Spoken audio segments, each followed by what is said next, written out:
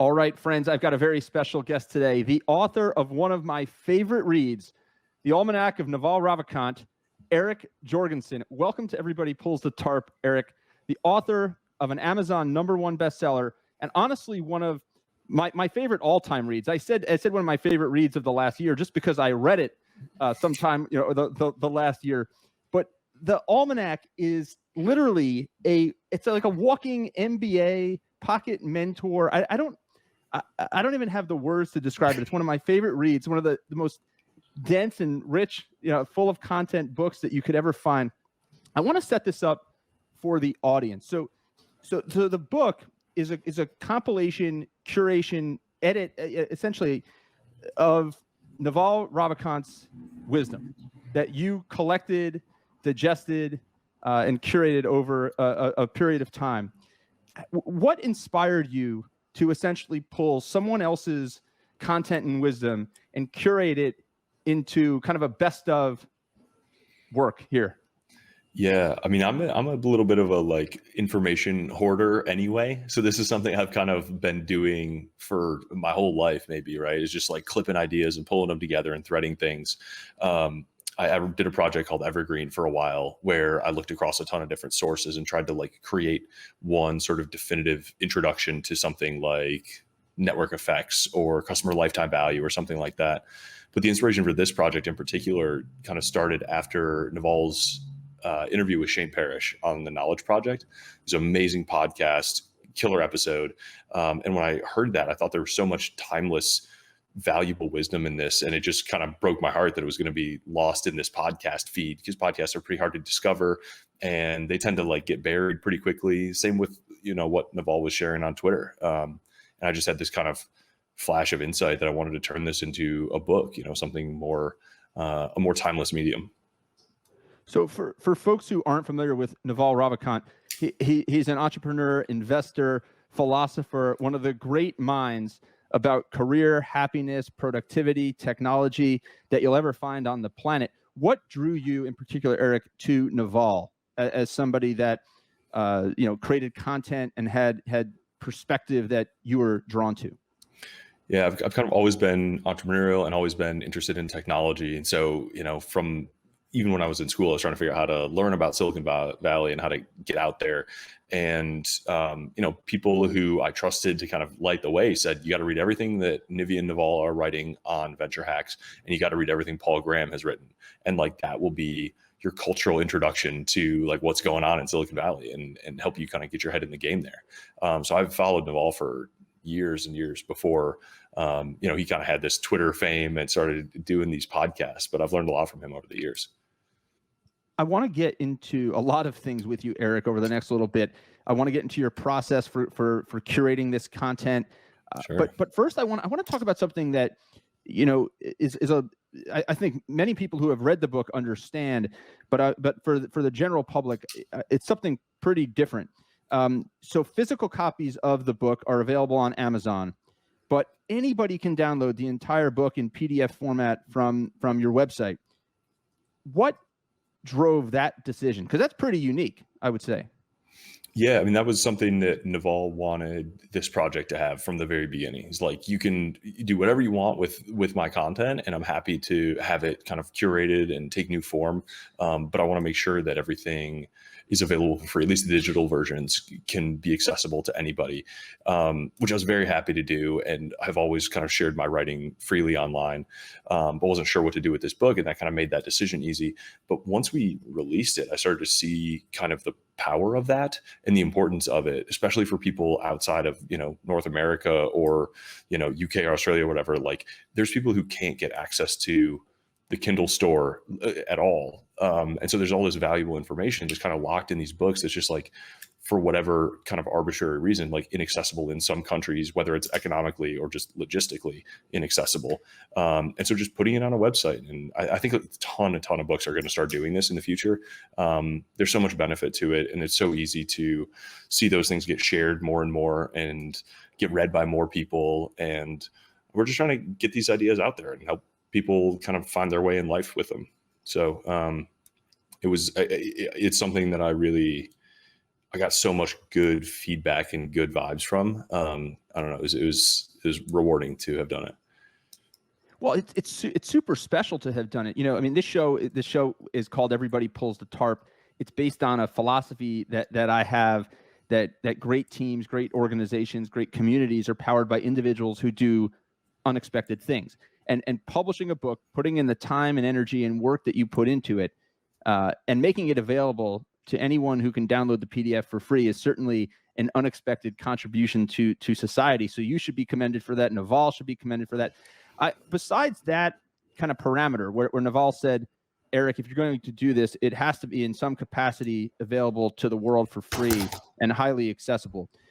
When you presented this, let's actually take a step back. How did you bring this idea to him? What was that? What was that like?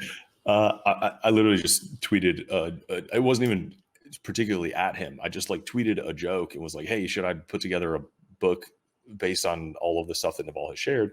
And I think I had like a dumb pun title for it, like the Book of Knowledge, or like Knowledge and Wisdom or something like that. And just tweeted this one night, and to my then not very big at all following, and woke up to find that Naval had retweeted it, and 5,000 people answered this poll and were like, yeah, go ahead, definitely, like, do it. We want this, like, please. And so I was committed not only to these, few thousand people who had seen this idea and supported it, but, Naval, who had retweeted it and said, like, I'm happy to provide any materials you want. I'm happy to support. And I just kind of took it from there. I was like, all right, I guess this thing is real. Like, here we go. So accidental, product validation. Well, and no better way to drive accountability than have 5,000-10,000 people counting on you, right? I mean, I back in November, I had a COVID positive test, and I had mild symptoms, and the doctor told me to rest for a while, and then I was ready to get back on the Peloton bike, and I was kind of dragging my feet for a few days. I'm like, I'm kind of out of my routine. So what I did was I put up on Instagram which class should I take. I gave a choice of 2 instructors. And people, voted. And then the next day, when I was thinking about not going on the Peloton, I kind of felt like I'm going to let all these people down who yesterday spent 3 seconds voting on which class I should take. So I did it. But you took kind of this social media pressure and wrote a book. So tell me about what was next. Okay, so you and Naval kind of sync up on Twitter, and you're just like, okay, there's kind of product market fit, if you will, right? There's people who want me to do this, and I'm in a good position to do this. What was your next step? I mean, yeah, it was really just started information gathering, right? Like Naval gave me an export of all of his tweets. But aside from that, everything was publicly available. Even the Twitter archives, I think, are to a limit, are publicly available, but just started pulling together podcasts and transcripts and articles about Naval and Art and blog posts he'd written, and just like building this library and starting to read it and go through it. And I think there's almost 100 sources, and like the total source material is well over 1 million words. And just trying to it's like when you do a jigsaw puzzle, right? You just like dump the box out and like start sorting, and you're like, all right, those are my edge pieces. That's my structures, like sort by color, sort by shape, and start to figure out like how you're going to approach this thing and like what the picture is going to start to look like. And that's really what it felt like. I mean, it took a few years to get this done, but it was really just like a giant conceptual jigsaw puzzle. And you're like learning about an idea and reading it and studying it, kind of figuring out like how it connects to the other things that he's talked about.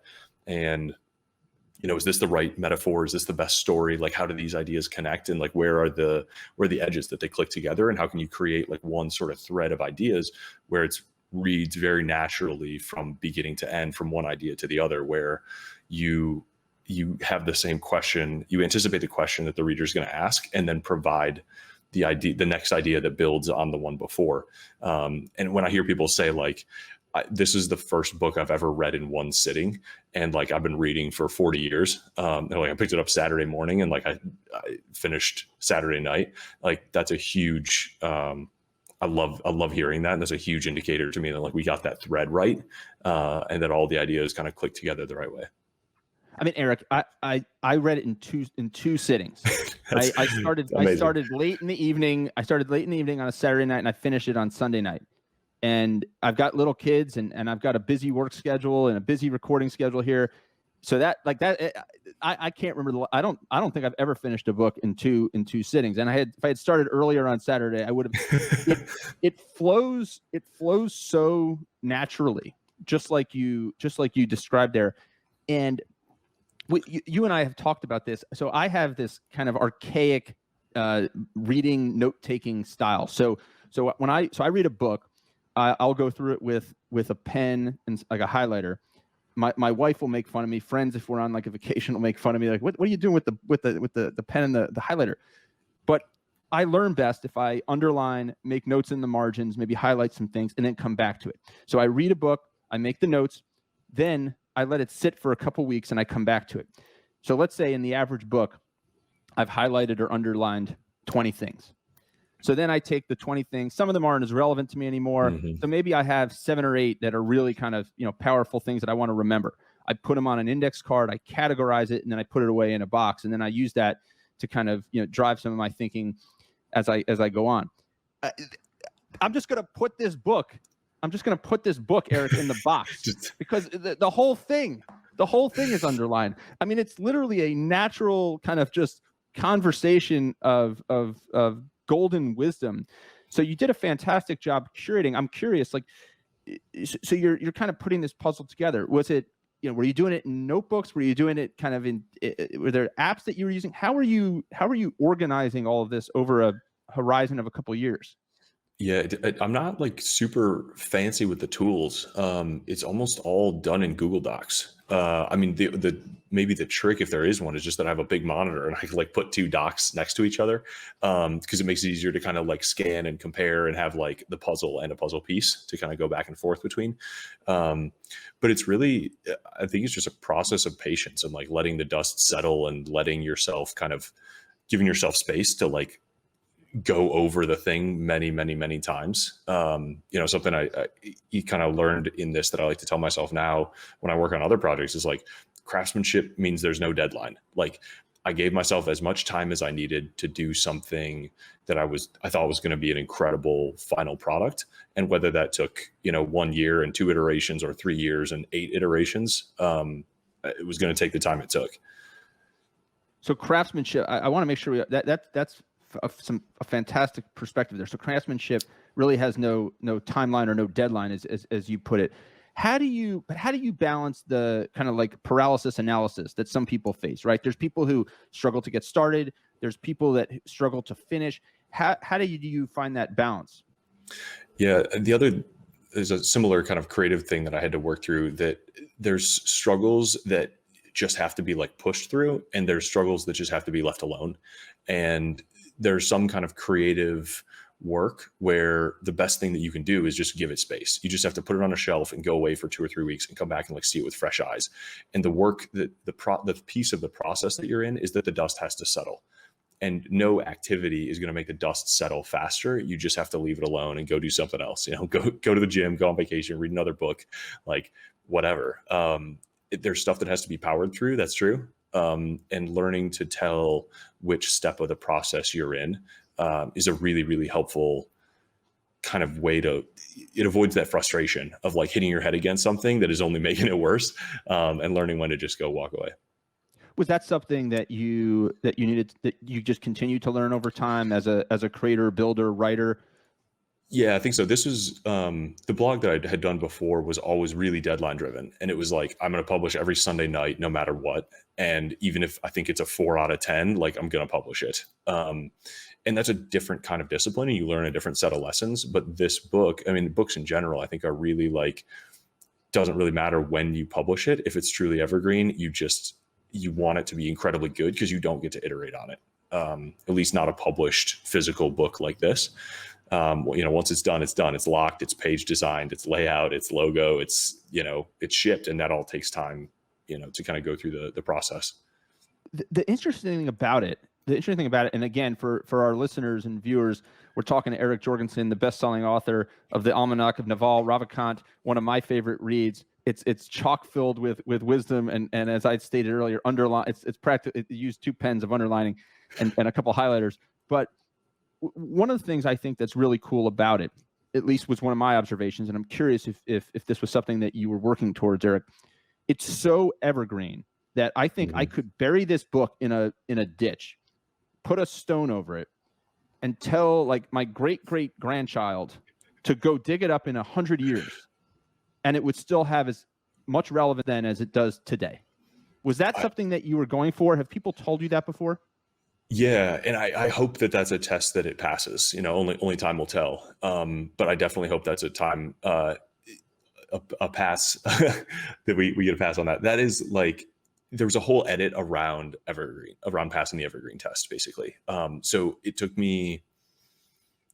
There was a little while where I wasn't sure whether that was going to be the right move. And then there were whole sections, there's a whole section published about like education, and it just wasn't quite evergreen enough to like get published in the final version. And so I published on the website, but it talks about like where we are now in education and what might come in the future, but that might be outdated in 10 or 20 years. And so I hope this book really addresses some of the timeless things about, being positive sum, like getting towards having a positive outlook on life, and the philosophies that you can do. Like there's a lot of the meditation practice, like so a lot of the stuff that Naval talks about is timeless. And then we did definitely like edit for that, because I really hope there's this is being gifted and read and appreciated in 50 years. That'd be a huge win. Well, so let's talk about your editing process there, because you mentioned it. So take me through the process, because for anyone listening, right, whether they're writing a book, a blog, a report for school, for work, whatever it is, right? A lot of people struggle with kind of the editing process, right? I like to think of it as a funnel, and you're kind of just working your way down to kind of the best of the best. What was your editing process? Was it all you? Were there folks that kind of surrounded you and provided input? What was that like? I had a ton of help of various kinds kind of throughout this process. So I definitely did a lot of different passes on it and over a long period of time. But one, really key piece was getting a set of peer readers to kind of go through and read it, of a diverse group, and read it at their own pace, and just come back with notes and questions and feelings, and working with people who I knew would be really honest about what they thought about and what they got bored by and what they skipped. And that was a really, really helpful thing. I did that all in kind of one batch after, version 2 or 3. And then, as we got closer to publishing, I had an amazing copy and line editor, Kathleen Martin, who really helped me kind of professionalize this. And the whole last leg of the race really was run by Scribe Media. So I turned up to them with like an unpolished Google Doc of what I thought this book was, and they kind of turned it into like the beautiful, well-designed, beautiful layout, all of the font choices, all of the packaging, like that is all kind of their expertise. And it could not possibly have done it without all like friends' help and editors and designers. And there's a lot. There's one or two names on the front of the book, but there's like 50 names in the back of the book. And that's something I've learned to kind of look at, all around, and just observe how many people really go into the creation of an excellent book like this. So Eric, let's shift to some of the wisdom of Naval that you highlight in the book. This show, everybody pulls the tarp. Every week we talk to high performers from all walks of life: Olympic athletes, professional athletes, elite coaches, CEOs, best-selling authors like yourself, musicians, other high performers. And we're on a mission to uncover the secrets to success. Naval Ravikant certainly has laid out, and you have curated a lot of secrets to success. One of the places I want to start, and one of the things I found particularly interesting, was the power of longevity, and the fact that there really is no such thing as an overnight success. Earlier this year, best-selling author John Gordon, who's written over 20 Wall Street Journal bestsellers, was on this show, and he told me, he said, "Andrew, it took me 8 years to become an overnight success." And I've talked to songwriters who have written #1 hits who say the same thing. It took me some amount of years to become an overnight success.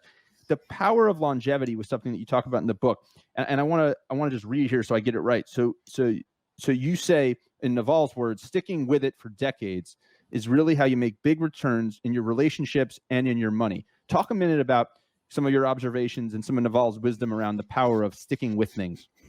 Yeah, I think that's in the section that talks about compounding, which is like a little bit even a more mathematical way to understand that. If you need a little bit of kind of, it's a thing a lot of people talk about is like a long-term overnight success, but there's like, if you study compounding, like a mathematical reason why that's true. And people who just continue to deposit into that bank of like their talent or their audience or their investment account or whatever, like those things over time, what look like little tiny trivial things add up, and then they add up upon themselves over and over again until 10 or 20 years down the line, there's this like every day is this inconceivably huge jump that happens that would have seemed impossible 10 years ago, but it was a ton of baby steps along the way.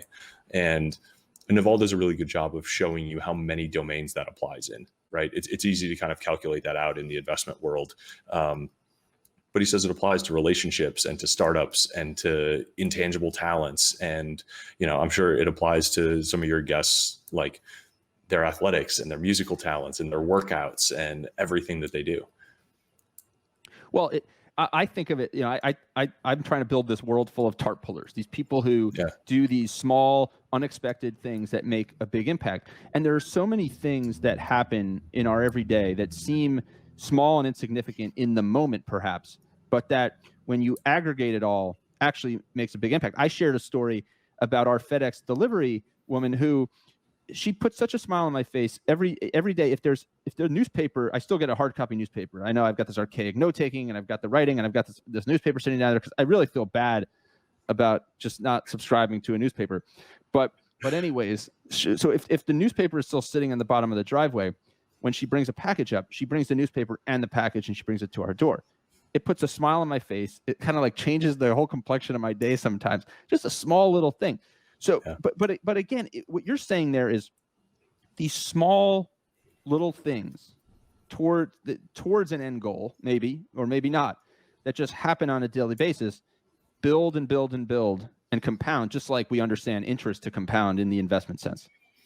Yeah. I mean, imagine if your FedEx driver is doing that for every person that she delivers for and does it every day for the next 10 years, right? Like if everybody appreciates it as much as you do, and that creates this kind of like, you're paying it forward for the next act of kindness, and she delivers, 500 packages a day, like over 10 years, it just gives you the sense that people are looking out for you. And I think, I really like the story of everybody pulls the tarp. And I have, as soon as you hear that, you kind of start to imagine your own versions of that through your life.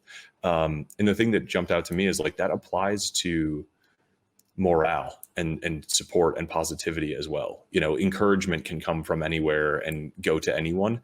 And in a team sport, like that is always surprising, and that can, in the same way, feed forward and start this positive feedback loop of morale and positivity and support and teamwork that really carries on and compounds.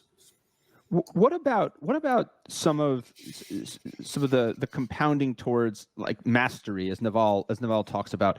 So I know in the book you talk about how Naval's perspective on kind of 1% of your efforts contribute to a large kind of disproportionate amount of your results. The 99% is not something that you can eliminate. The 99% are essentially your kind of iteration and failures along the way. Is that what you're talking about there? Yeah, I think so. I mean, if 90, like just to continue the metaphor, like not everybody who, gets their newspaper carried up is going to appreciate it as much as you do, or maybe even notice it. But if one person does, and it makes a huge difference in their day, all of a sudden it's totally worth delivering 100 newspapers because the benefit just so clearly like outweighs the cost. In the investment world, like you might make a ton of different investments, and the one angel investment that outperforms, pays back the entire portfolio and then some. But you don't know ahead of time for sure which those things are going to be. So yeah, I think that applies in a ton of different domains, and it doesn't excuse you knowing that 1% of the result, or 100% of the result comes from 1% of the effort. Doesn't excuse you from doing the other 99%, but it does help you focus on doing the right things, the things that are more likely to be in that 1%, and to be damn sure that you swing hard when you think you might be swinging at that 1% kind of effort. Well, and I also think it brings some perspective it helps you keep perspective when you seemingly are failing, when things aren't going well, right? Because it puts into perspective the fact that everything I'm doing towards whatever goal I'm striving towards is part of the process. There's a million drafts to a blog post, as you work towards those deadlines for Evergreen, right? But it's all part of your process. Naval, you talk about, well, Naval says, and you mentioned in the book, wealth and success is rarely a single payout. It's not one big game, one big year. It stacks up a little bit, a few chips at a time. Talk about that for a minute. Yeah, I think especially in the Silicon Valley world, people expect to see that, like, one person, sudden overnight success, right? They hit one company right and got rich overnight, and now all of a sudden they've won the game and it's over. And I think the reality of it is much more few chips at a time, right? It's salary over a few years, and then it's a few good investments, and then it's a few smart, it's a few smart decisions about the companies you work at or the investments you make piled up over time. I mean, the people who tend to win one big thing, even aren't necessarily the ones we admire or look up to. I feel like most of my heroes, at least, are the people who have won multiple times in multiple different games. Like Elon Musk is incredible because he started multiple companies. Like Warren Buffett could have made a ton of money on one investment, but it's not nearly as incredible as a 60-year track record of very, very consistent compounding. And so I think not only is it the truth of it that helps you stay focused on showing up every day, putting in the work, not knowing whether the work that you do today is going to be the 1% or the 99%, but knowing that every few chips are going to help and you're heading in the right direction over the long term. Sticking with some of these themes, Eric, before we let you go in a few minutes, because I know you've got a busy day here, I want to talk about one or two more areas I think that particularly struck me. I could go on all day, as you know, with some of this. Again, this show's about TARP. Everybody pulls the TARP mantra is about doing the unexpected, doing things for others. I always say one of my philosophies that I've held in my career and in my life is being a net giver. I want to have, if I'm keeping track, right, I want to give way more than I receive. And in the book, you share some wisdom from Naval, where he says, figure out what you're good at and start helping other people with it. Give it away, pay it forward. So you've kind of taken that lesson a little bit to heart, and you've made this book available to everybody as a resource. Talk about that, kind of this theory of net giving. Why does Naval think paying it forward is so critical to success? I think it's an interesting kind of part of the Silicon Valley culture, but it's also a really important way to build credibility, build reputation, build relationships. When you find out what you're good at and you give it away to people, like now all of those people, know that you're good at the thing. You've demonstrated it. They remember that you're great at it. They'll keep you in mind for future opportunities. They feel compelled to support you in the way that you supported them. There's a lot of good to be done with it. And even if, just believing in that karma bank, right? Like good things are going to come back around. And if you've been a part of a community where people are openly just generous with each other, like that feels amazing. And most of us who have been a part of that are constantly trying to work to expand that or recreate that or continue to grow the pie, right, for everybody. And I think Naval explicitly says, like, don't keep track. If you keep track, it starts a clock in your head, and all of a sudden you're getting impatient to get paid back the way you perceive it. And if you just give with no expectation of return, you have no moment of impatience or lack of peace or expectation. Like those expectations are just going to come back to haunt you if they're, not met or exceeded. So give up on the expectation, like give and feel good about giving. And, maybe it'll come back and maybe it won't. But I think on average over a life, if you just keep giving, you can feel good about giving and be surprised and delighted by what you get back. So Eric, being surprised and delighted by what you give back, that kind of leads us to happiness.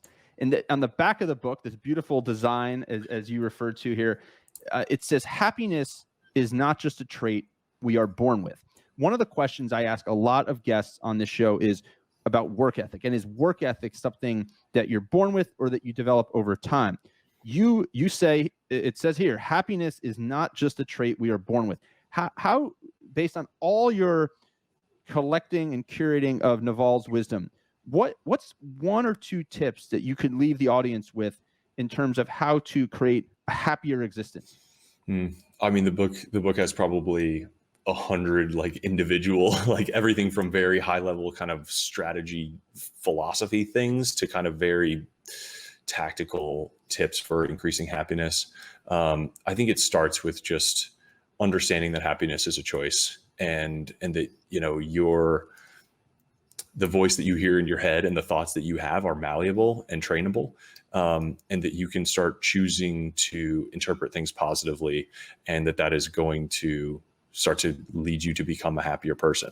Most people don't see themselves, or at least their mental presence, as malleable. And it's such an interesting place to start to do some of that work. To say happiness is a choice is a little, I understand why people get frustrated with that sometimes, because it makes it feel trivially easy. Like, just snap your fingers and be happy. And like, just because it's a choice doesn't mean it's an easy choice. You know, winning an Olympic medal is a choice too. It's probably a million choices. But it's still hard work, and it's training, and it's intention, and it's discipline. And all of those things, I think, apply to this transformation towards becoming a happy or happier person as well. But it begins with believing that, you know, you can do it, and making it a goal and making it a priority. Well, Eric, we're going to end right there. This has been just a fantastic 30 minutes or so with you. I could do part 2, 3 through 10 and beyond just to go through this. Maybe we'll do that again sometime. But Eric, thank you so much for joining Everybody Pulls the Tarp. For all the listeners, I will make sure there's a link in the show notes so you can catch Eric's book and dig in and hopefully enjoy it as much as I have, and learn as much as I have from it. So thank you so much, Eric, for pulling the tarp. Keep doing your thing. We can't wait to see what you do next. Appreciate it. Thanks for having me.